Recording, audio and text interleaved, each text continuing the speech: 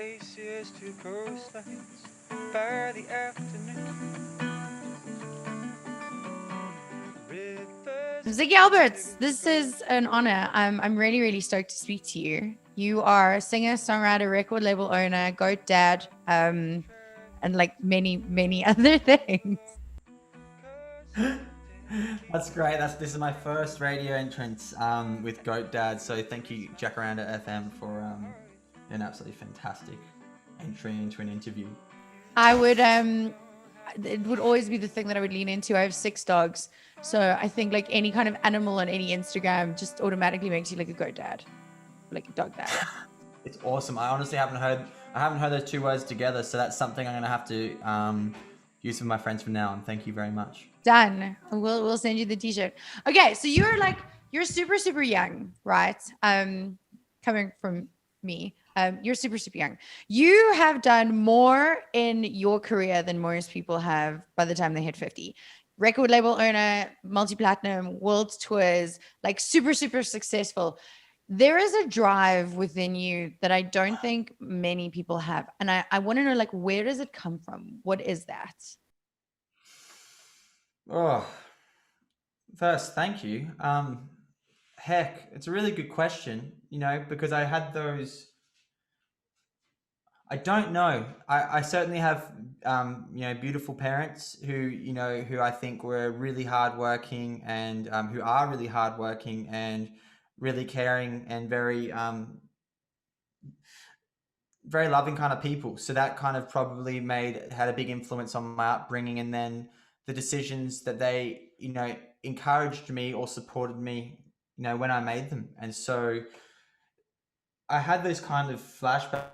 It's funny you say that, because there was all these moments where you're on the road and perhaps you're busking for the 3rd time in one day, which I would do. I'd go play 2 or 3 shows a day, and I would drive 2 hours to one gig and then sleep, and drive 8 hours to the next gig and set up and play and sleep and catch a flight the next morning, and was just on an absolute mission. And at the time, you don't really, I think a big answer in why I was so driven to do it is because there is just such a beautiful thing that you have an opportunity to connect with strangers. You have an opportunity to intimately get to know people who otherwise wouldn't. You just would never. There'd never be that connection. And so music, the more I've done it, has just brought me to so many beautiful people, and it's brought me to so many beautiful realizations and moments in my life, and such a fulfilling thing. It's the people give me a lot of power, as far as the people that I play music to and the connections I've made. It's what gets you up on stage through the hardest drives and the biggest days. So it is definitely being with the people and being a part of something that helps create unity that is a massive driver for me. It was, and it is, and it will continue to be. We can't do an interview without bringing up lockdown, unfortunately. Like, it's top of mind. Everyone's still in it in varying stages. Some people are drinking, some people are sober, some people are not allowed to even buy cigarettes at some point. Anyway, we're not talking specifically about me, we're talking about other people. But your album has been called an evolution. More concerned with our flags and nationalities, than we are. This is evolutionary for Ziggy Alberts.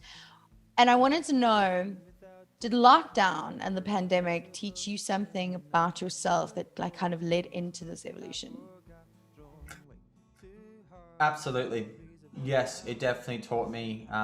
It's taught me so much about how I personally live with and in fear. We all live with it and in it in varying degrees, and what this whole world situation that's been happening for the last 12 or 14 months, as it's unfolded, it's become apparent how many times we are conducting ourselves from a place of fear and not love. And so that's something that's been top of mind, and it's been something that has impacted the album hugely, because it has given the album a very real time feel. And what I mean is that there's songs that are topical to the situation. There's songs that I wrote through the year, through the various different periods and restrictions. And so it has just taught me so much about my deeper value sets, because when things are really rosy, I think it's not necessarily clear what is of utmost importance to each of us, or us as a community, us as a society. And so, as the world and all the people. And so I think these times can teach us what's truly intrinsically of value to humanity. And that's something that I endeavor to explore in this album and in my life, to be honest. And this album is just is reflective of that work, Mm. On my show, we talk a lot about mental health, and like I'm a firm believer in human connection above all, and mental health. Obviously, the more you speak about it, the more you connect with others, and the less alone people feel. And going through lockdown, in varying degrees, everyone experienced some kind of a mental struggle, whether it be anxiety, like you said, fear, depression, loneliness, isolation, all of these things. And obviously, as a creative, you use these things to create, right? You have an outlet. And I wanted to speak into your mental state in working on this album in that lockdown, and how that's come through and how you've used that. Absolutely. It's something I think, and where I think that definitely there has been a state of fear, is that we have, that's the only thing that's talked about on the news. So it's like the new thought addiction is the virus, right? And there is people who are very much truly at risk from the virus, and they are fearful for their health. And then we have individuals who are fearful for their business, or people like my partner, who her family's in Portugal and she hasn't seen her family and doesn't know when she can see her family. And so we have all these varying degrees of our experience. And my personal experience through this lockdown has been quite bizarre, in particular in our little regional area in Australia, because we've experienced very little of it day to day. And so far as we have been really fortunate through this time for what has been placed upon us. But the other side of that is there's been these days of going to studio with Bluebird kind of day, and we've been surfing, and I've been practicing lots of yoga and spending time with my family, making a beautiful record. And then you feel like the world is falling apart as well, the fabrics of society. And so um, that's something that polarity has been a huge one. And through this time, I always endeavor, particularly if I have any sense of hopelessness, I try and write and turn that into hopefulness. That's my strategy. Amongst other things, amongst a lot more fun things, like for example, I got into something called the Wim Hof method last year, and so yeah, I've been right into this breathing method and have been sharing it with so many people in the greater community who's now enjoying something called the Wim Hof method. You have to try it. The second thing you don't have to try is what comes next, which is after practicing cold showers with this method, you start doing ice baths. And so I literally have a 700-liter freezer in my house, and me and all my friends are doing ice baths.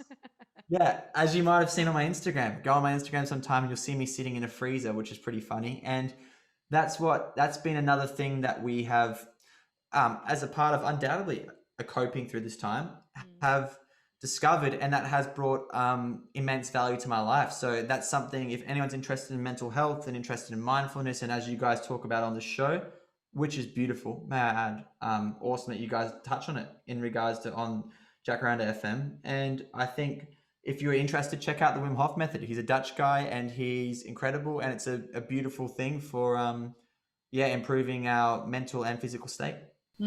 We've spoken about him on the show a couple of years back, and my husband and I actively practice cold water exposure and breathing like often. It's part of daily practice, and I can't like there was a time just before he was like really big that I would be like, cold showers, cold showers, cold showers. And I remember it was so awesome that everyone would be like, why would you do that? Now everyone's doing it. And I'm so excited. Like, I'm so happy because it is life-changing. It is actually life-changing. Yeah.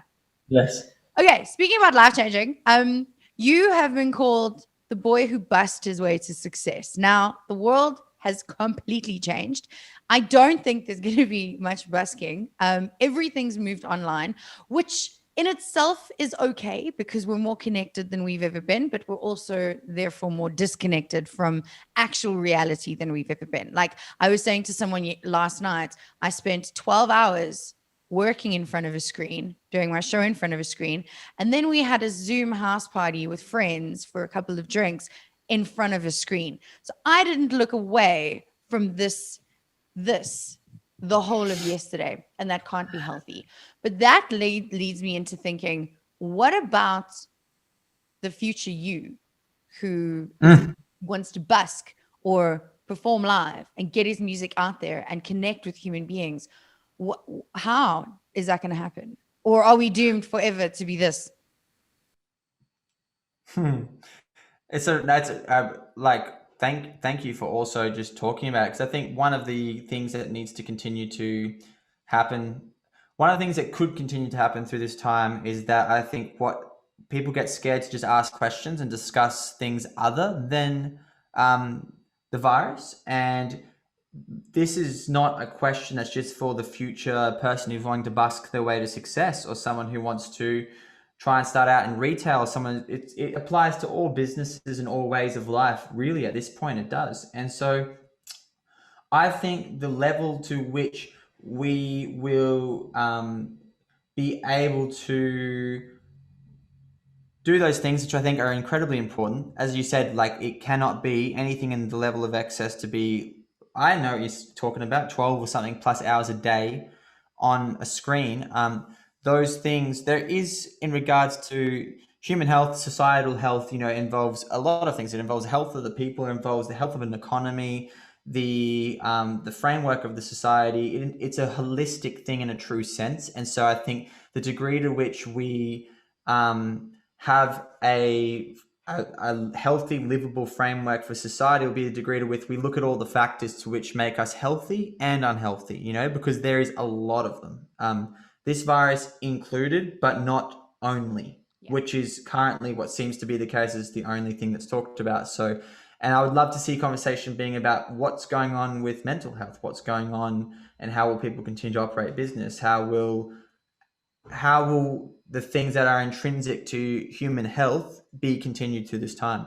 So I don't think we're doomed, and maybe I'm just the dreamer, but I think that this is an opportunity for us to all go deeper into our values. Like, I feel it's an opportunity for us to go deeper into our value sets as human beings, how we want to treat each other, and the ways that we want to live. And change isn't a bad thing. I think that change is inevitable, and this is just an opportunity for us to go deeper and see what each of our values personally are and what our values are as human society across the world is. And that's something that is incredibly exciting, because there's a lot of topics that have never been on the table in the ways they are now. So it's just a good time to seize the opportunity to speak openly and to just see each other as humans and stop putting each other in boxes.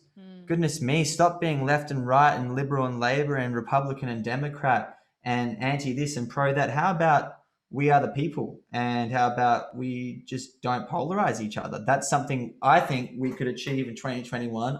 I'm down to try. And I think it will be good, and this will be for better. You fit into my show so well, dude. I think you should just be a co-presenter on the show. Like Let's do Thursdays. Thursdays with Danny and Zig, and we get online and we do this. And we just talk about love and human connection and all the good stuff. All the stuff that needs to be spoken about. Okay, so before we sign the contracts for Thursdays, you have a single, Letting Go. I listened to it. I've listened to it in my car. I've listened to it over and over and over again. And I've got to just say to you, human to human, it is the most refreshing thing I've heard in a while. It is poetic. It tells a beautiful story. Your storytelling ability is incredible. But this song for me is definitely something that found me at the right time. And I implore everyone to go and listen to it. We cut through glaciers to coastlines by the afternoon. Tell me about the writing process, the message. So Letting Go, believe it or not, that's what's so beautiful that's been the release now in this time and in this year. Is Letting Go I wrote 6 years ago on a trip around New Zealand. In my very early touring days, where touring was more surfing and some shows. And I was touring around New Zealand, and as it's been a topic in my life, that fear thing personally, you know, letting go and the fear of your judgment and how other people will perceive you if you tell them how you really, the thoughts you're having or the things you're going through. And it probably was me at that time experiencing the first bits of burnout, because I'd been going for a couple years pretty hard at that time already. It was before I even had a manager. It was before before we had my manager.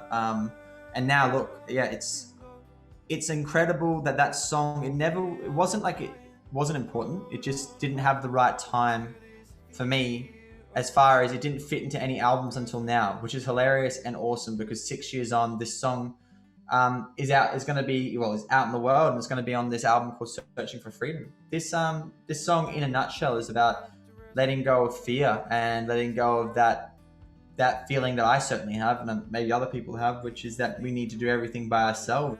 This incredibly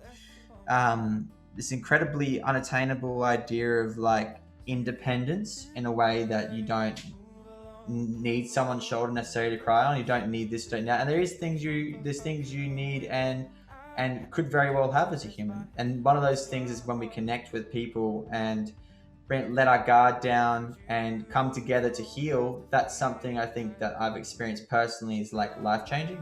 And so this song's all about that, and it's something like we touched on. There is a complete state of fear at the moment for various different reasons in every corner of the world. And so I'm really happy that this song has made its way into the world right now, to just be, if anything, just like 5 minutes that people take that moment to let go. That's the success of the song for me, for sure. It's just people taking 5 minutes to let go and to continue our journey into love and connection and unity. Ziggy, thank you so much for your time. This has been awesome. I expected you to be like cool and fit into the show. I didn't expect you. I hate using the word woke, and I want to say woke, but I don't want to say woke. So Thursdays, the contract's in the mail. Please, you're welcome anytime to join us on Love Songs and be part of the family. Like, I think there's a lot of synergy there. The feelings are totally reciprocated, Danny, and that thank you. Honestly, it's which I'm sure you've heard about, but we are fully 100% independent record label. We're family run, and we actually I'm going to send you a copy. We actually just released a poetry book yesterday and started an independent publishing house as well. Wow. So I'm going to send you a copy. I'll get Melissa to sort one out, and the girls at the office. But yeah, thank you so much, and thank you to everyone in South Africa for listening to the music. I'm really excited for the rest of the year, and I can't wait to share the album.